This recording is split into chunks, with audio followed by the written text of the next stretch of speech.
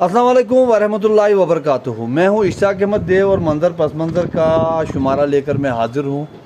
तो आज जिस मौजू पर बात कर रहा हूँ, महकमा तालीम ने जो महकमा तालीम में मुख्तलिफ़ सेल कायम किए गए थे, मीडिया सेल, काउंसलिंग सेल और भी बहुत से सेल थे, अब मुझे वो नाम भी याद नहीं आ रहे हैं, वो तमाम तहलील कर दिए हैं और उसातिज़ा को कहा गया है कि वो स्कूल में हाज़िर हो जाए।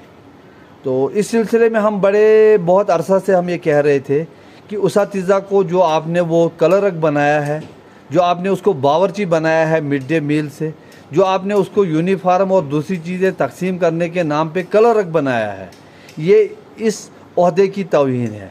और अलमिया हमारा ये है कि उसातिज़ा भी मुलाजमत नौकरी से बचने के लिए, बच्चों को पढ़ाने की फ़िक्र से बचने के लिए वो प्रेफर करते थे cultural cell, media cell, counselling cell और कुछ सेल, या वही मिड डे मील की ज़िम्मेदारी वो राशन लेना।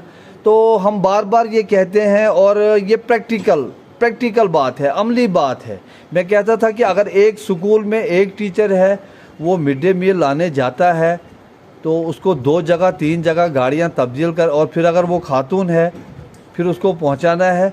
और मिड डे मील में जो वो बना है सिस्टम, 14 पैसे की हल्दी, 15 पैसे का नमक, 18 पैसे का मिर्च, तो अगर कोई भी आदमी कितनी शफाफियत से काम करे, अगर उसको वो तहकीक होगी तो वो बेचारा फंस जाएगा। मैंने बहुत से उसातिज़ा ऐसे देखे जो बच्चों को खाना खिलाते थे, फिर जो मिड डे मील में पैसा बचता था उससे बच्चों को बूट खरीद के देते थे, कपड़े, यूनिफॉर्म, आपका कापियाँ, किताबें, मतलब वो एक पैसा भी, बल्कि अपना ही पैसा उसमें खर्च करते थे। लेकिन वहाँ भी अगर तहकीक हो, जो ज़ाब्ता है, क्योंकि वो बड़ा मुश्किल ज़ाब्ता है, तो हमने कहा था कि यार बेहतर है कि बच्चों को स्कूल में किताबें दें, आप कापियाँ दें, उनको खाना दें, या कोई भी मरात है, उनका अकाउंट नंबर है, आजकल वो है दौर है, आप वो वहीं से जा सकता है, मिनिस्ट्री से ही उनके खाते में पैसा जा सकता है। तो अब हुकूमत आई नहीं, तो अब ये, चूँकि अब जो भी हुकूमतें आती हैं वो अपने अपने तजर्बात करती हैं, और बिलखुसूस पिछले 4-5 बरस में तो एजुकेशन का इन्होंने वो बेड़ा ही गर्क किया। कहाँ हम आगे जाते, हम पीछे ही चले आ रहे हैं।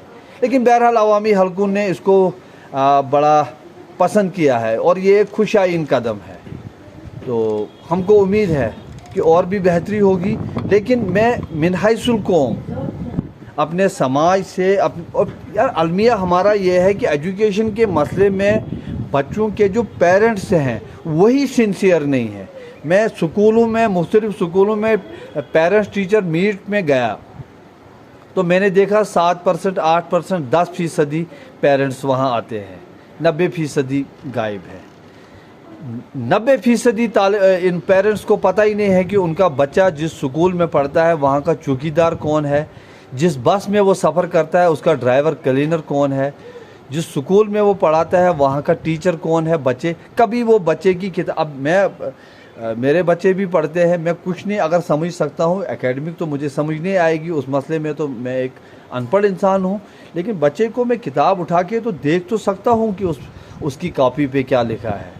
तो यार ये अच्छा, दूसरी बात है, जब भी कोई मसला आता है एजुकेशन का, मैं एजुकेशन के टॉपिक पे विलाग करता हूँ, बहुत कम लोग देखते हैं, और देखते भी हैं तो कोई उसकी आरा आती नहीं है। लोगों को भी वो चटपटे सुनने की, सेंसेशन, वो सनसनीखेज खबरें, बातें सुनने में मज़ा आता है। यार ये बाशूर कौमों का मिजाज नहीं होता है, ये बाशूर कौमों की सोच नहीं होती है।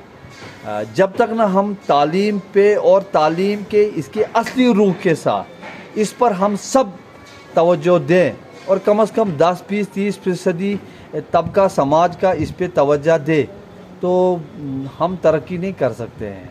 हम वो जो मुहज़्ज़िब समाज जिसका लफ्ज़ हम बार बार करते हैं, इस्तेमाल करते हैं, हम उस लेवल पे नहीं जा सकते हैं हम। अच्छा, दूसरी बात यह है कि हमारे यहाँ चूँकि डेमोक्रेटिक सेटअप है, डेमोक्रेटिक सेटअप में बंदों को तोला नहीं जाता है, यहाँ गिना जाता है।